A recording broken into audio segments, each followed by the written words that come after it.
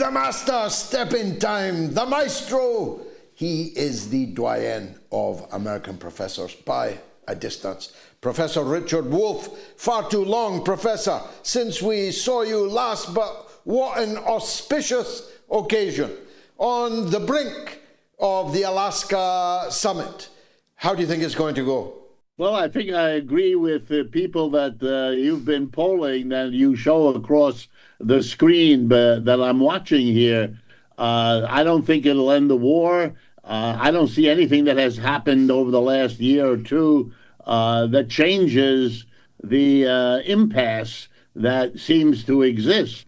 And if I had to say why, I would have to point to Europe, which is so desperate, at least the way it looks to us from here, so desperate to hold on to the situation, however grim it becomes each day in the Ukraine, that the United States simply hesitates to walk away, which is what the overwhelming majority of Americans, whether they're Trumpers or not, is clearly what they want. The polls show it. Street talk shows it.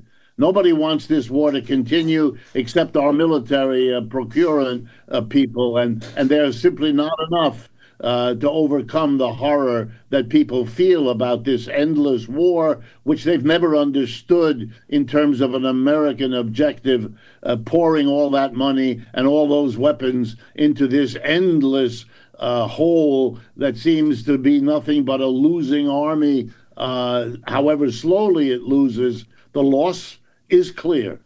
It's a paradox, though, isn't it? 1 minute, Donald Trump is posing as the alpha male, beating his chest, an aging Johnny Weissmuller, Tarzan of the jungle, threatening Denmark with taking its territory and so on. The next minute, he's letting them browbeat him on the telephone on the brink of the summit.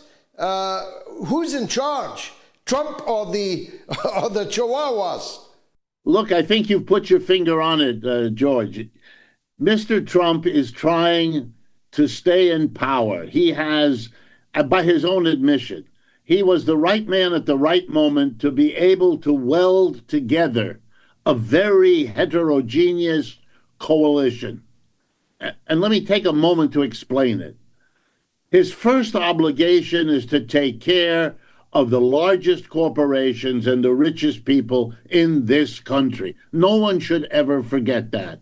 The single most important act achieved by the Congress with his signature was the 2017 tax cut, which gave the biggest tax cut in our history to corporations and the rich. And I want to remind everyone, 2017 was the end of a 30-year period when massive redistribution of wealth and income took it from the bottom and the middle and handed it to the top. Never did the corporations and the rich need a tax cut less than when Mr. Trump gave it to them.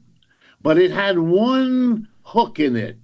The only thing the poor Democratic Party, limp and lame as it is, was able to get. And that is that law passed in the December of 2017 would expire at the last day of December this year, 2025. Mr. Trump said to the rich and the corporations, give me enough money to win the election, and I will make sure that deadline goes away. There'll be no return to what the taxes were before 2017. And he got that. That's what he got a few weeks ago. The so-called Big Beautiful Bill takes away the deadline of December 31st, 2025, and adds new tax cuts on top of it. So they're happy with him. Do they like many of his other policies? They don't care. They care for what they got him in there for. He's delivered on that. So now he can turn one day the tariffs up, next day the tariffs down, be angry at this government one day, mollify another government the next day. I spent a few weeks recently in Montreal, Canada. Well, if there once was an alliance between these two countries, it's gone. The upset of the Canadian people was palpable in daily conversations with a driver or a waitress in a restaurant or anywhere else you went. Once you drew people out, they made it clear the deep sense of betrayal that they feel about this strange orange-headed man who gets on the television and says one outrageous thing after another. But the people who run this society, they don't really care. The war lasts another 6 months. The Israelis do something horrible in Gaza. It for them, that's a secondary measure. Mr. Trump delivers what they need and what they want, and they're not going to push him out until that changes. Well, I mean, that was a masterful summary of Trump's personality and his relationship to the plutocracy in your democracy, no doubt. But on Friday, he'll be sitting down. He thinks he's the master of the art of the deal. Personally, if I were betting on a couple of poker players, I'd put my money on Putin and Lavrov, wouldn't you? Absolutely. I mean, Mr. Trump, look, you have to give him, or at least I think so, you have to give him the credit. He is a theatrical person. He puts on a show. You know, he gets dressed, he has his red tie, he performs what America so badly wants, a large part of it. And what that is, if I could take a moment, and it's very much in line with what has been a theme of the British society as well. The American empire is now over. It's been dying for at least 15 or 20 years. Now, you are way ahead of us. You've had to live through the decline of your empire for a much longer time. So we are fresh into it. So we're at the early stage, which psychologists call denial. We want our leaders to not tell us what we know, what we feel, what we see all around us. We want the theater. Now, we'll outgrow it. I don't know how soon, but we will outgrow it. I can tell from my own students in the university, they know their own futures are so cloudy. The promise of a job, which they grew up with, is not there anymore, and they know it. It is a remarkable bifurcation of people's consciousness here in America. The government and the economy is strong, and we're powerful, and we will smite the world with our tariffs and our sanctions. And it's a theater. That it doesn't work doesn't matter. It's the theater of it all that is what people that support Trump, that's what they want. The rest of the society, which is more than half of it, looks on in horror. They don't want to face the declining empire either. Look at the Democratic Party. You know, we just had that election for president back in November. That's half a year ago. We had three candidates, Biden, Harris, and Trump. Not a word of them said anything about an empire that was declining. It was a non-reality whose context was a population that is learning it each day. We were defeated in Vietnam. We were defeated in Afghanistan. We were defeated in Iraq. And we're in the process of being defeated in Ukraine. Hello? At what point does this begin to sink in? That's the only question left for us as the denial becomes harder and harder to sustain. Look at his actions yesterday. He created a police state in Washington, D.C. He took away all democratic rights, imposed the federal police, excuse me, under his direction, will now control and the streets of Washington. I mean, these are wonderful, dramatic acts. He said it's because of crime. His own FBI statistics indicate that crime is down in Washington, D.C.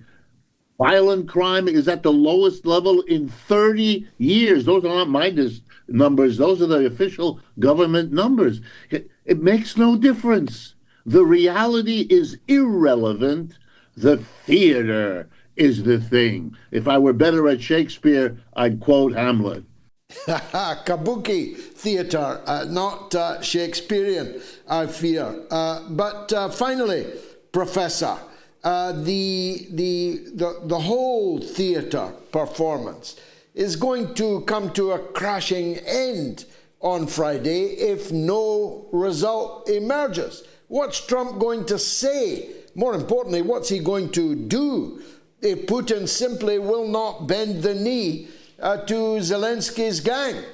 Well, my guess is he will do what he has done every other time this has happened.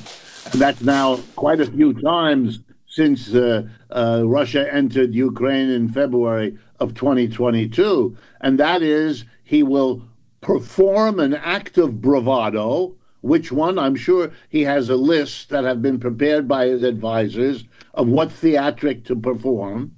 Number two, he will blame Putin. And number three, he'll blame Zelensky. And then we'll go back and have several more weeks and months in which occasional remarks are made. And then another meeting will be set up. And we'll go through all this again with one possible caveat. If the war comes to an end on the battlefield, that is, the Ukrainian military collapse and the Russians, simply move into what's left of Ukraine, that would be a big enough change that you might see an alternative story. But all he does is theater. It's an endless theatric. He had moved the police into Los Angeles a couple of months ago. Now it's Washington.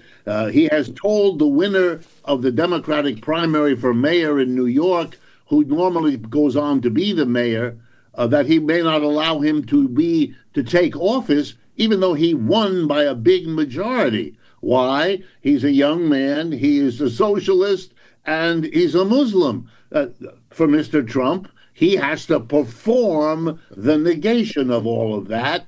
And so he will simply throw away all pretense of elections, voting, and none of that. We're seeing a man who feels he's on a mission, and that mission is to create a new United States that conforms to some image he has of a golden age. He takes care of business first, and then he takes the coalition he's constructed, fundamentalist Christians, white supremacists, people who love their guns, people who hate immigrants. He's brought that together, and for the moment, he can govern. But he is on a very, very slim edge here.